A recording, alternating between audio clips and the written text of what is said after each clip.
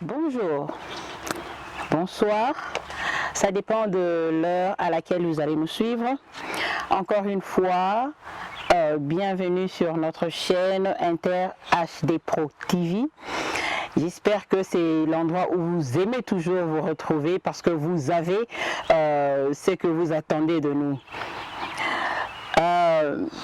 Voilà, aujourd'hui, dans votre tranche, le pasteur parle. Nous avons un thème tant attendu. Un thème qui touche le vif du problème. Eh bien, ce thème n'est rien d'autre que le divorce. Aujourd'hui, nous allons parler du divorce. Alors, sans plus tarder, sans pour autant vouloir monopoliser la parole, en accord avec mon réalisateur, que je salue d'ailleurs en passant, il va nous faire découvrir notre invité du jour, qui est un grand homme de Dieu, qui vous plaira juste à vue. Mais je ne veux pas qu'il vous plaise à vue, je veux qu'il vous plaise aussi en parole. Alors, en accord avec mon réalisateur, je vous invite à découvrir notre invité du jour, qui est le pasteur Sonny.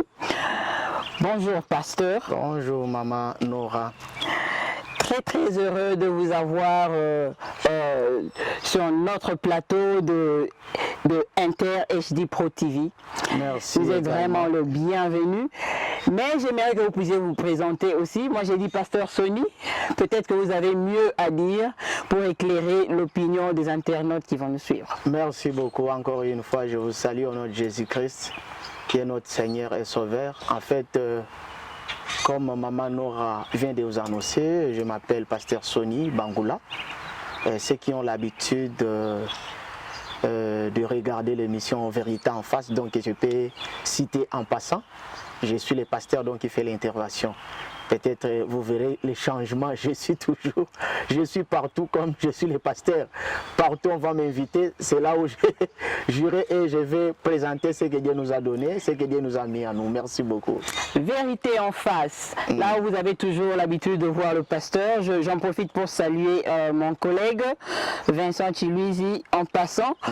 Donc pasteur, parce qu'on parle de vérité, donc chez vous rien ne se cache, tout sort à découvert, donc il n'y a rien qui ne se cache chez vous. En fait, Dieu lui-même est la vérité. Pourquoi cacher la vérité? Vraiment, voilà pourquoi nous avons choisi un titre et nous sommes sûrs que le pasteur va nous donner vraiment la vérité que nous attendons, le divorce. Qu'est-ce que vous entendez par le divorce, pasteur? Bon, avant toute chose, j'aimerais dire quelque chose en disant que souvent, vous êtes nombreux dans vos petits téléviseurs qui nous suivent en ce net moment. Je vais parler beaucoup plus français lingala pour la bonne compréhension. Je vais tout expliquer. Et il y a français, il y a français, il y a lingala, il y a lingala. Donc c'est comme ça pour aider aussi les autres.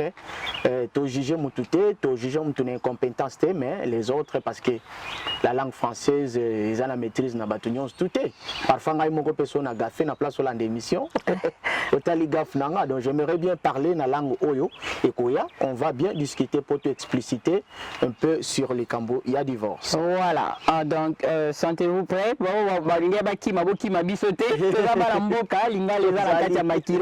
Donc pasteur de Tobanda Koloba divorce et so le bela onini. Pour tenir le bela divorce déjà dans un peu pas na yo vérité za na maboko. Alors divorce pasteur et le beli bisoni. Divorce en définition tokoloba ke tangu lisanga moko ekabwani nde tobenga ngo divorce. Tangu ya rupture entre couple ou bien entre les mariés tobenga ngo divorce. Rupture wana oya kepai wa kepai tobenga ngo divorce. Lorsque union ensemble moko boye et c'est divisé, une partie à droite, une partie à gauche, c'est en ce moment-là, tokotanga divorce. Mais divorce, divorce, il y a union conjugale, il y a le mariage, oyo, et c'est rompre.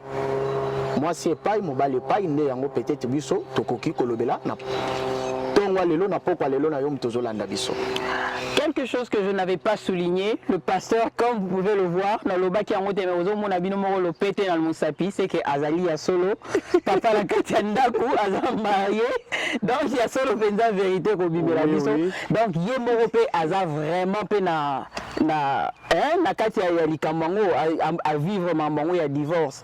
Si ko pasteur tongi to yeba, divorce cause nango penza ezalaka nini? Euta wapi? Na keimwa musika mingi to ke na malembe divorce e banda wapi? Na kopesa 4 axes oyo et salaka que et produire divorce 4 na foyer. Premier axe sexe. Ce qui beaucoup connoté, premier axe c'est sexe. Deuxième axe c'est l'argent. Troisième axe, esprit compétitif, hein, la compétition. Et quatrième axe, esprit compétitif et ou bien. Bon, je vais définir. Ok. C'est ça. Quatrième axe, confession religieuse. Parce que nous avons pasteur, il faut le belapé. Vraiment. Italie, qui a une confession religieuse. Le premier axe, te parler sur sexe. Donc, parce que nous devons comprendre, nous avons une cause, n'est-ce pas? La cause, c'est produire question nabiso. Ndeko définir question nabiso ya kolobaki divorce c'est outil wapi. C'était ça notre question. Divorce c'est outil wapi. Divorce ya liboso. Ceux qui n'ont le bilan le belango na dévolé avant tout comme na ba cause oyo. Na dévolé. Divorce est par là sur le plan spirituel et par là sur le plan physique. Ceux qui n'ont le bilan sur le plan spirituel. Libala sans Jésus-Christ, divorce c'est à pembeni. Libala sans fondement intellectuel, divorce c'est à pembeni. Donc, pasteur, on a soulevé point moko et tiqué un peu.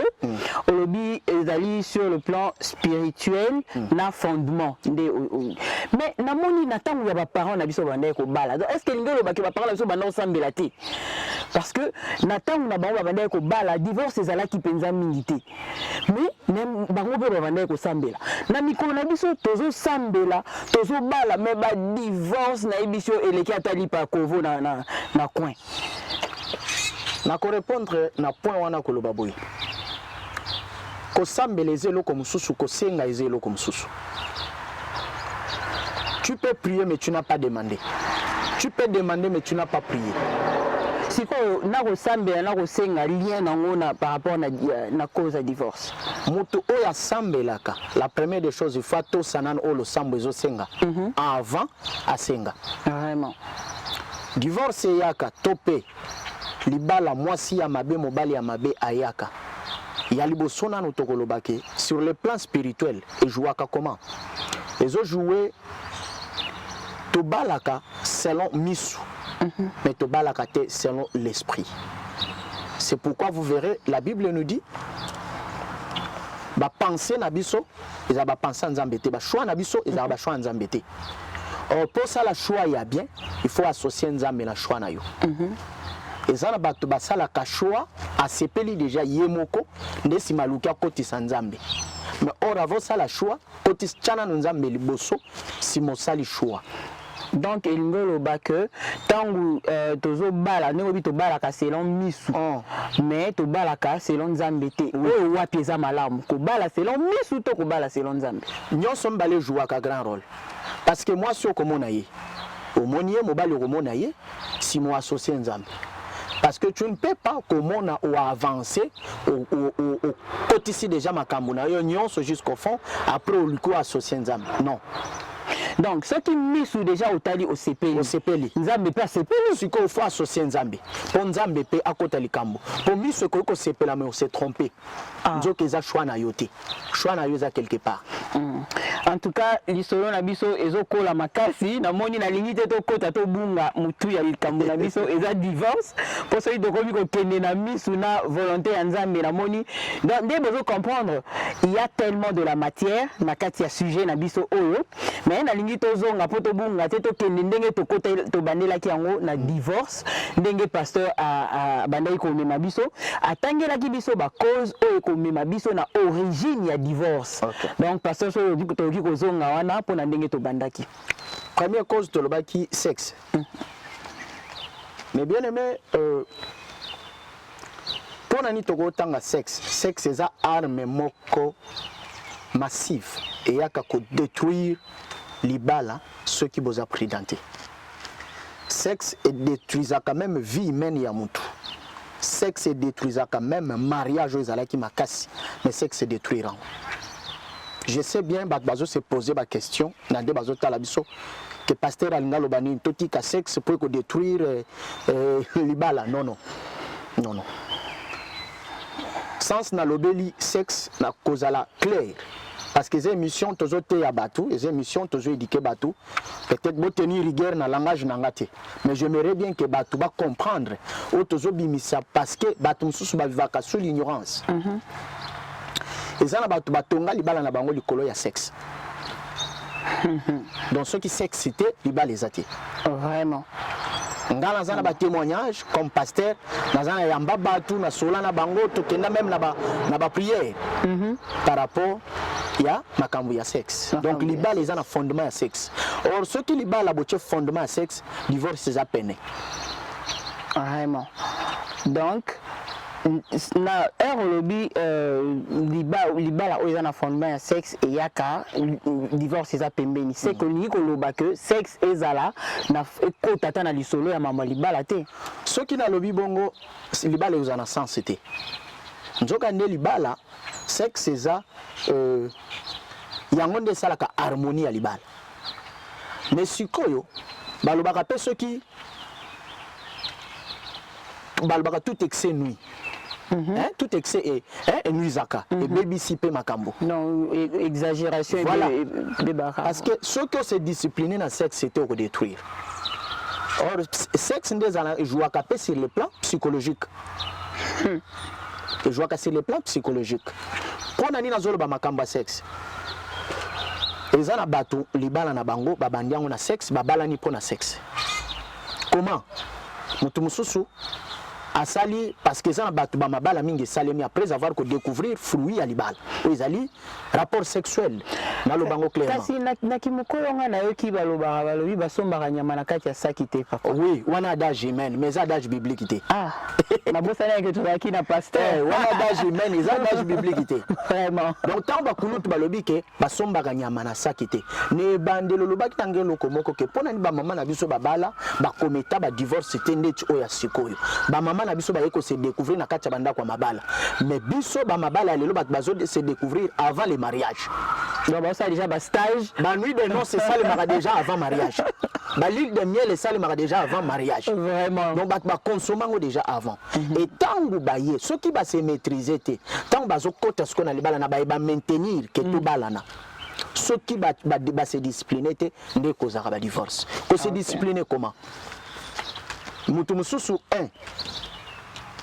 a comme ça on le rôle à traitement matin midi soir a comme ça on le rôle à traitement or plus on comme ça on traitement plus c'est aussi cité jalousie ya makasi pa na yo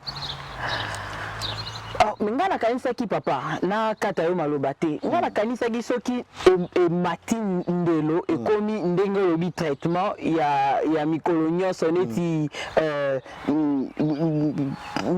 ordonnance neti prescription médicale ematisaka nde bolingo mpona nini mpo esalaka ke bozala plus attaché esalaka ke makanisi na bino ebunga te ezalaka kaka epa moninga kasi ndenge nini resuscité susu jalousie ebana kosala susu neti ebengana o pembeni ya moninga. Ok.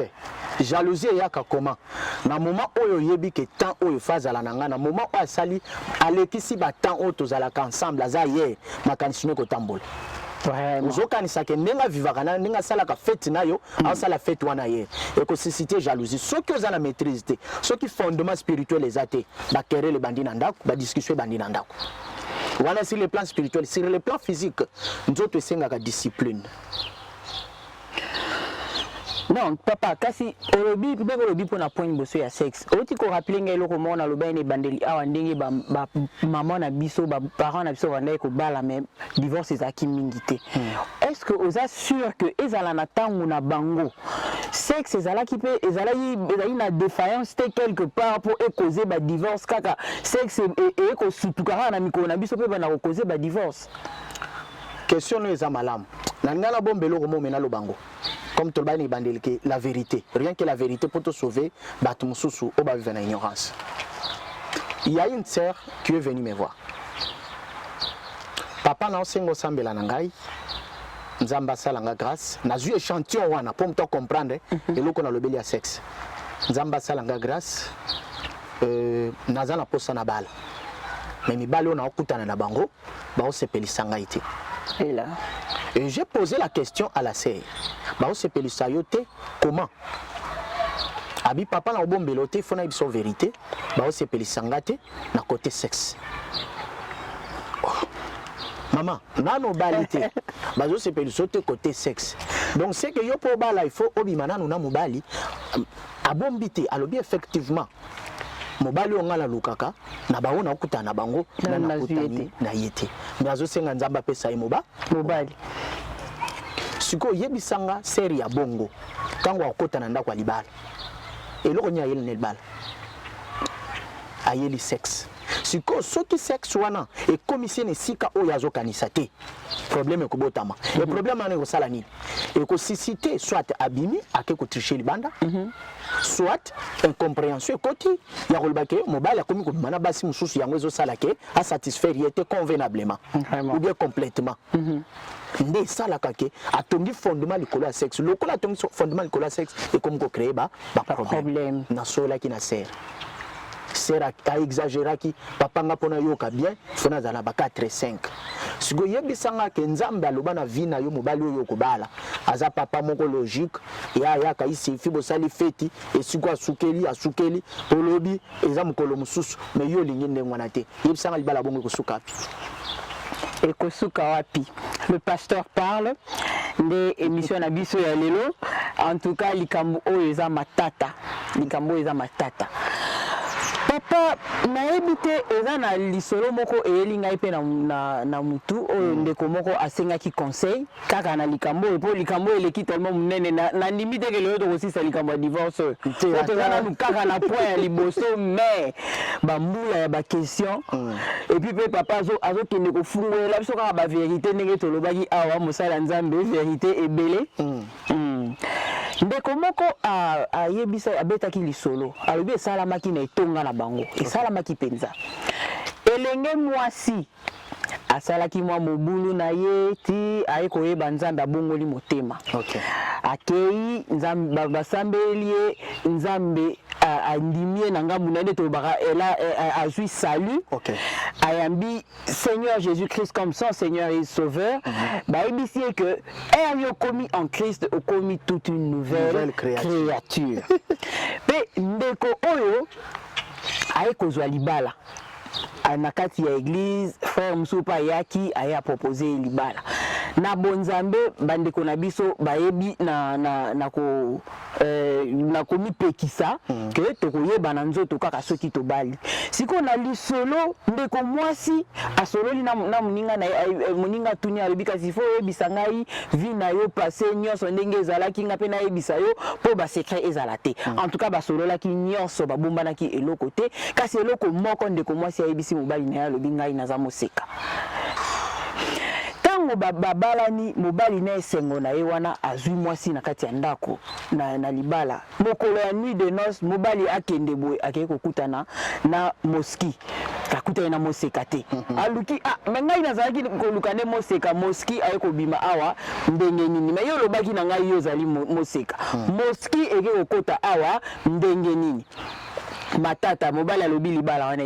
esengeli kufa babengaki mpe basali na nzambe ntango baye kotuna mama apesi mpe ase justifie nga namona ye akosaki mpe te mpo alobi ngai en Christ nakomi une nouvelle créature ngai nayebi ke ata ndenge nasi nakomaki moski ntango nakomi en Christ nakomi une nouvelle créature nasi nazongaki na ngai moseka nde nayebisaki mobali na ngai nakosi mobali na ngai te mpo nalingi ye mingi mpo na likambo wana yo koki koloba nini papa?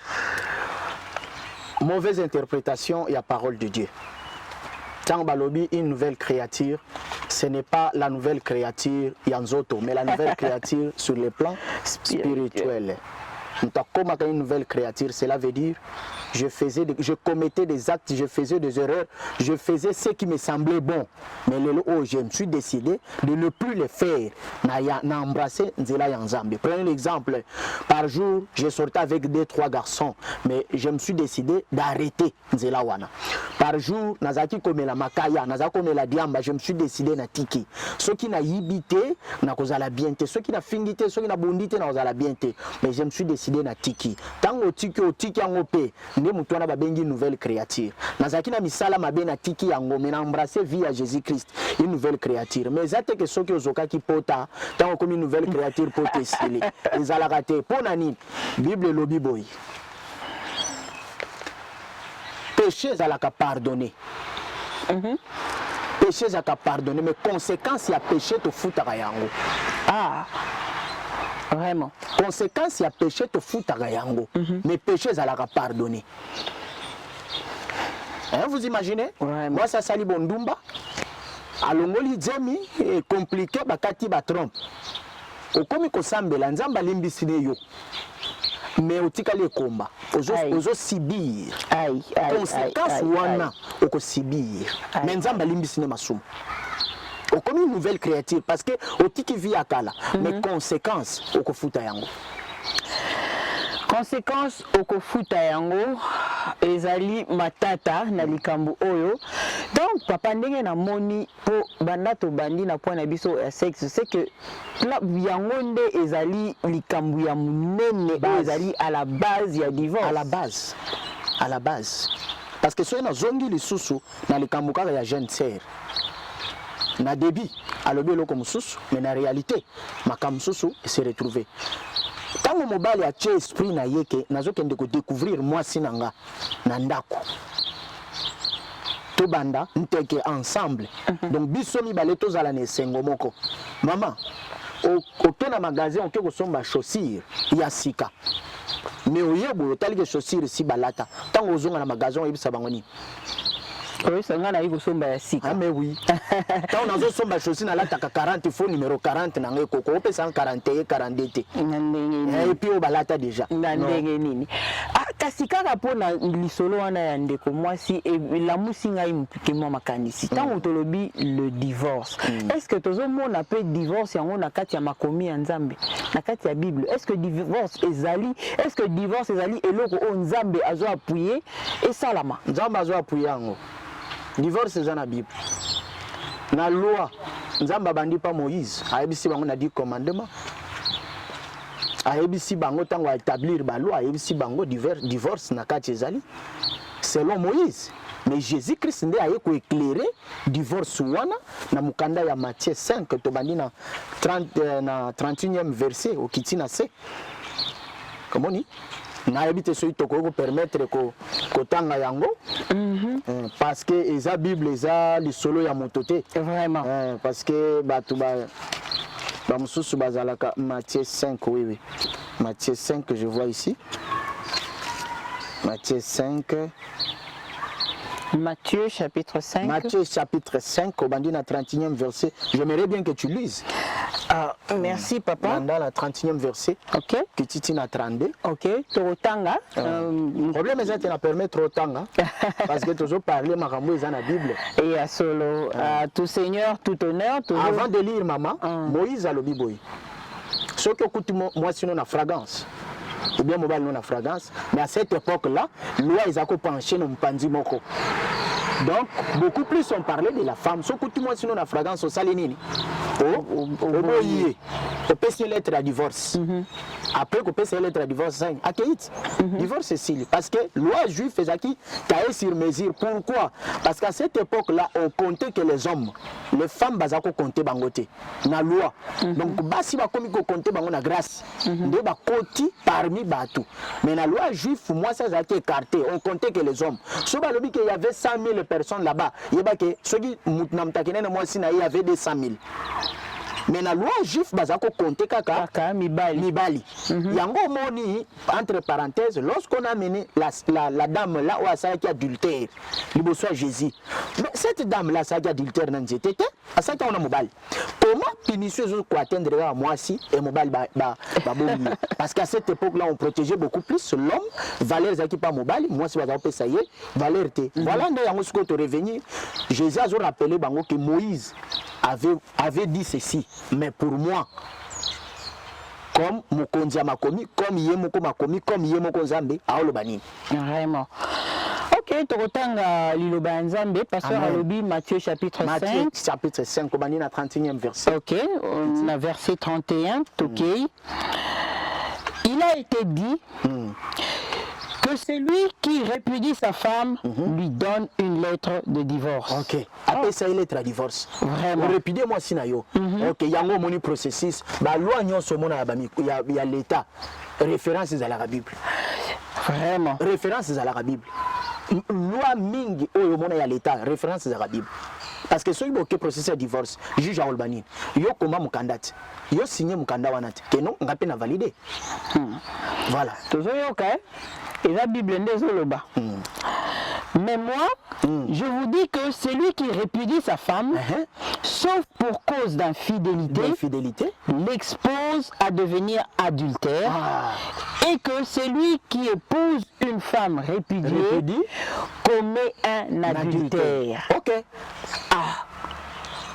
Mais il y a un moment où tu as dit que Bible malobi oboyi mwasi opese mukanda. C'est que divorce c'est bien. OK. Bon si ko yo bengani mwasi o komise su mukanda so ndeni papa. Batumsu balobaka ke Bible ezambeli ya double tranchant. Mais tu redéfinir en gros. Comment tu redéfinir en gros? Jésus-Christ alobi, Moïse alobaki. Au péci lettre à divorce. Mais moi je vous dis que ce que péci lettre à divorce ou exposé quoi d'adultère. Parce que tant que péci lettre à divorce, il peut se considérer je suis une femme libre à quelque bala. Mais sur le plan spirituel, aux a liberté.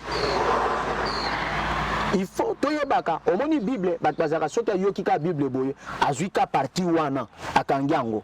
Mais non, c'est pas ça.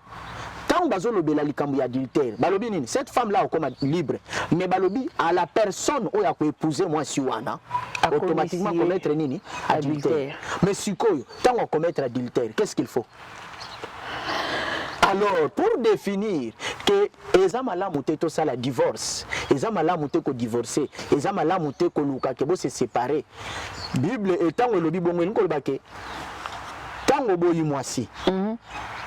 Avant, moi je suis en bala, ou bien avant yo bala, il faut que je sois à ce moment-là, on commis libre. Mais si papa n'a pas eu malobate, on a divorce, ezali, et quand même na katia Bible, et ça la marque. Mais si ko atayo moko, pour na nini si ko batu ba ko divorcer, pour batika la sous bongo, babala te. Jésus-Christ a le bien. Parce que, au moni maman. Lelo oyo ezala bikolo mususu soki obali mwasi eke bokabwani faut restituer biloko oyo nyonso mobali wana saki nini abali la kiye donc c'est pour restituer biloko wana c'est moi ça okyo bango mais sur le plan spirituel ezakaka mabe. Pourquoi? Parce que Bible lobi ke soki babalani bango mbali bakomi mutu moko. Mais tant que vous continuez à faire des choses, non, séparer sur le plan spirituel. Ah, papa, il na zonga lisuzuka mukena problème exact maman na likambwana po eza matata na yebi kezali question oyo bande ko balandi ba retourna biso au moni ngai ata soki émission ko sila na point o moko problème exact mais essentiel que les gens comprennent po ndenge outi koloba divorce batu bakabwani po ezali permis mutu asali mabe sikoyo na batu oyo nyonso oyo balekaki batu na basoki neti batu oyo basi bakufa babalanaki badivorce bakaki abali kuna aboti c'est que bango nyonso bala kati ya lisumu Oh, ceux qui ont landanga, au sala divorce. Ceux qui ont landanga et qui au sala divorce. Au divorce, au bali mobali mususu. Tant que mobali nous a bomoy, Bible kangio, les adultères. Ceux qui ont divorcé na moi sinayo. Ok, bali moi mususu, obandi ko bota na ye. Bible kangio, les adultères. Repentez-vous. Si vous se repentir, ozongela mobali na wana obali yono tiki. Est-ce que yo ozongela ye? Na moment de so sangajo boti, senga mawala nzambe. Wana sko etali kamwa nzambe. Bible peut compliquer kate. Bible est claire. Biso ndeto compliquer la Bible, mais Bible compliquer biso te. Vraiment. Le divorce. Source pe cause ya makambo ebele ya pasi mingi ndenge papa oti ko yebisa biso sexe nde ezaki premier point comme cause oyo ekomema biso na origine ya divorce. Bande ko balandi bozolanda biso boyoki il y a tellement de la matière. On a question na bino, en tout cas sentez-vous libre ya rotika ba question na bino na ba numéro obo na affiché et zala na ba commentaire na biso botika ba question parce que ndenge tozali awa tozali na mosali ya nzambe pe na nzela ya mosali ya nzambe tolingi nzambe alobela biso afungola biso mwa makambu ebele po biso pe tozala sauver biso pe to kebisama na mabe na eloko biso na mabe po mokili ndenge ezokende ndenge toyembaka na nzembo mais eza ya solo Jésus revient bientôt lelo lobi Jésus revient esengeli biso tomi lengela. Est-ce que eza na eloko mosusu ya kobakisa na sujet wana na premier point wana ya sexe papa avant to les kana deuxième point ndenge olobaki?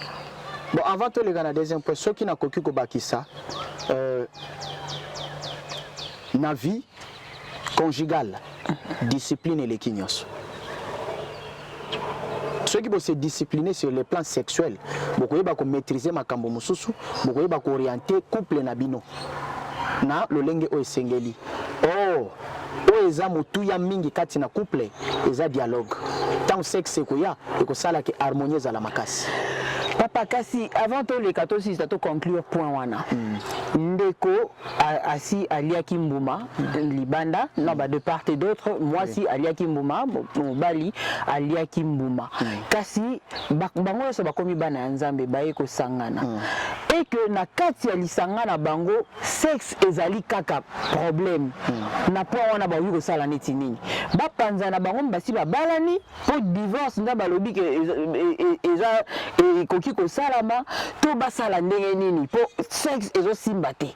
Oh, il y a un problème na kati ya pour des base ya divorce basala siko neti nini na point wana mobali oya ye mwasi oya ye bauti sika o bauta basala déjà o bakoka ko sala rien que la vérité c'est parler. Là qui déjà bien avant baye balobani ba vérité mais kasi problème ezali bazo yokana te bazo kutana te bazo se satisfaire te na nzira ya sexe. Apparemment na lobaki en passant eza conséquence ya vie oyo muta vivaki avant. Donc c'est que conséquence on a bavanda na oka bongo il faut supporter.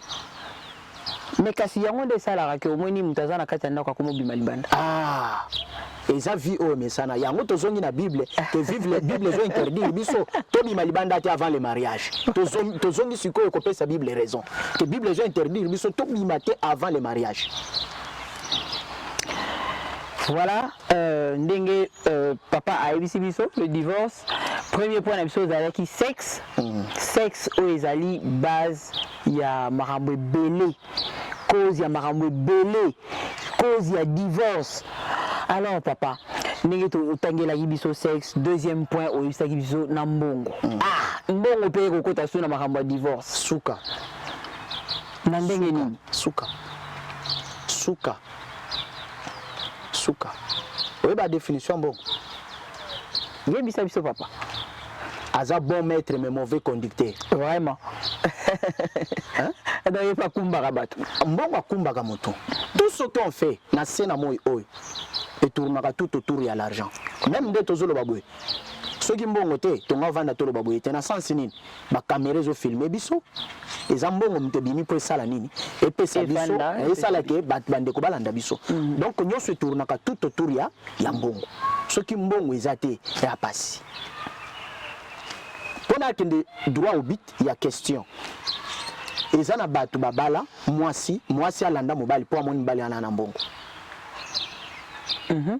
omoni eza na mobali mpe abalaki basi mpo azalaki na mbongo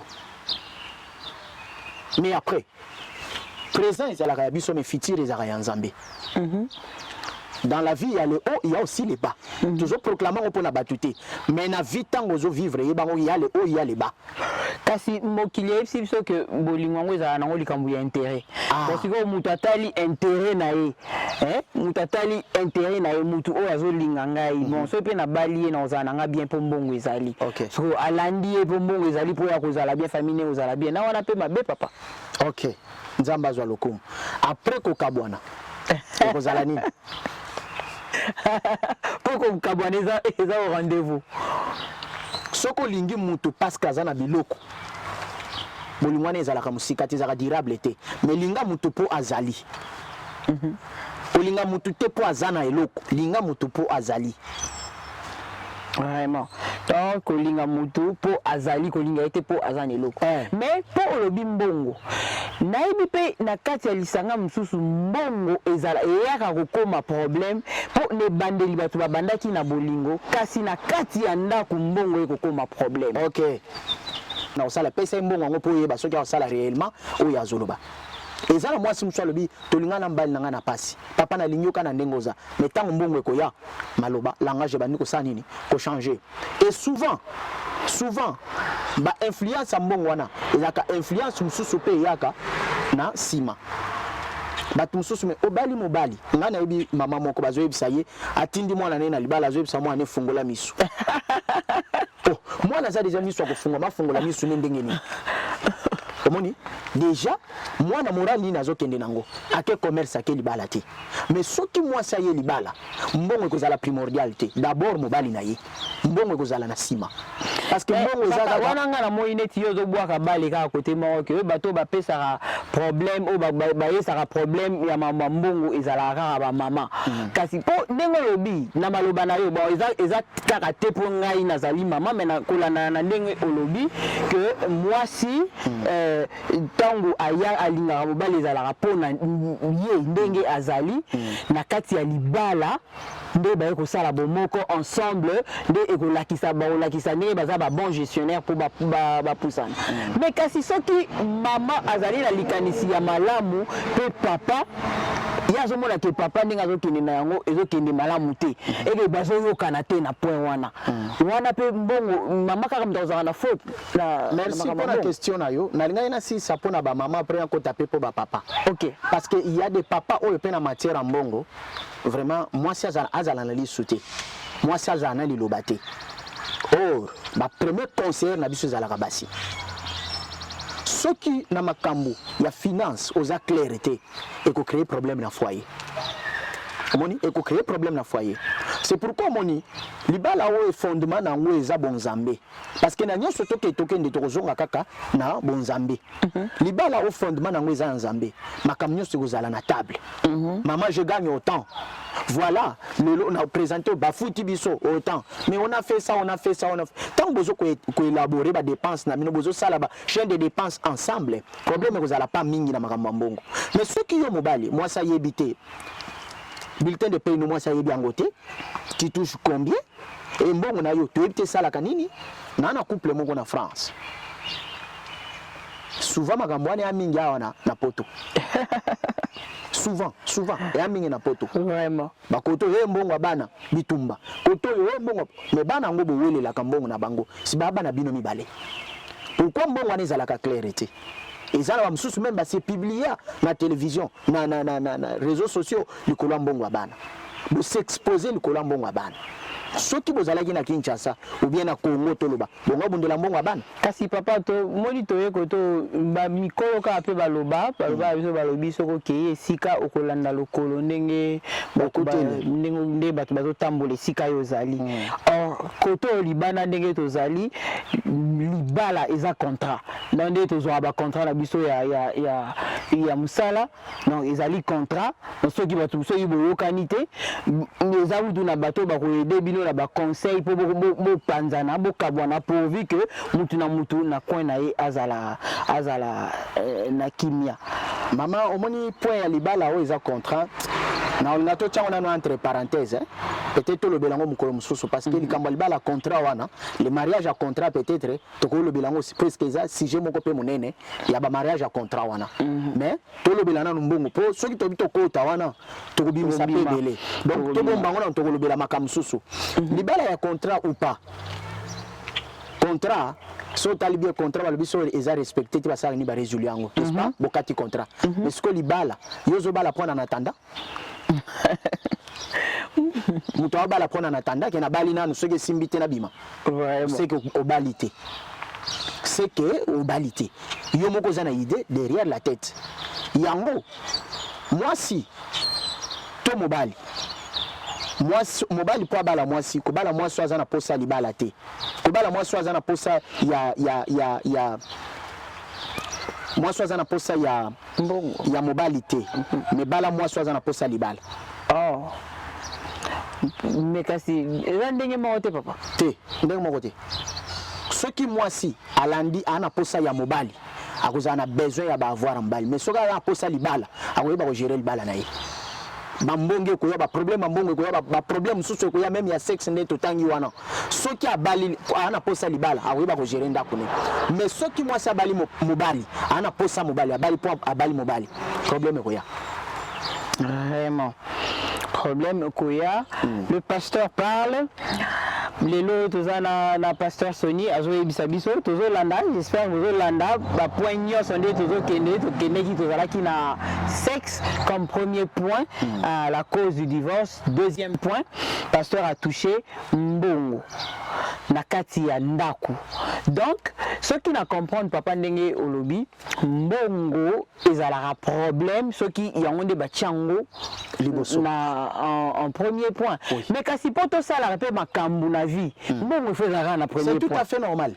C'est tout à fait normal. Si ko ezala soso comme un problème ya divorce ndenge nini nazo esengeli yango ezala en premier point poto réaliser makambo ebele na kati. OK. Avant mbongo ya la première des choses ezaki na bolingo. N'est-ce pas? Bolingo nano ezaki sima mbongo yeye. Donc mbongo ezo ko accompagner bolingo. Mais soki bolingo comme ko accompagner mbongo boko panzana. Mbongo gérer binote bolingo nde gérer mbongo. Soki bolingo comme ko gérer mbongo comme ko gérer bolingo boko panzana. Expliquer na mugende na neni mbongo gérer. Nazo expliquer yango. Nazo expliquer yango. Wana matata. Nazo expliquer yango. Bandeko. Mobali tango alingi mwasi. A présentaka compte bancaire te mais a présentaka bolingo. Et loko liboso mobali amemelaka mwasi ezaka bolingo.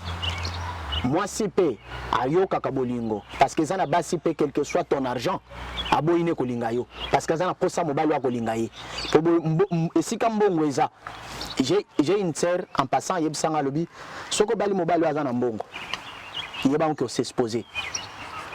On s'exposait comment au kutana bambanda ba affrontement yeba on que mbala bando sala pe ba un mois za na ndaku te pona nini voyage à faire mission à faire boye nyonso wana wawe bimso kolisaka ba sujet boye ki baso liye obali waza na mbongo yo se excuse wa to bombi lisolo to ki malisolo na biso divorce te papa to za wa to bombi lisolo bino mo ba témoin passer a fungoli point mususu ba to kolobela ngo bat ba ko kanisa geta wa lobi mobali ya mbongo ndire bat babala mbala mbongo te non ceux qui mobali ya mbongo se présente il y a mibali o ana mbongo mais se discipline ka OK a bolingo liboso azwi mbongo atie na sima soki totali film ya un prince à New York fete ya biso non eza cinéma mais eza na leçon na kati mobali alobi soki a se présenter identité na ye ya moto ya mbongo ekosala pasi mais a présenter identité ya mobali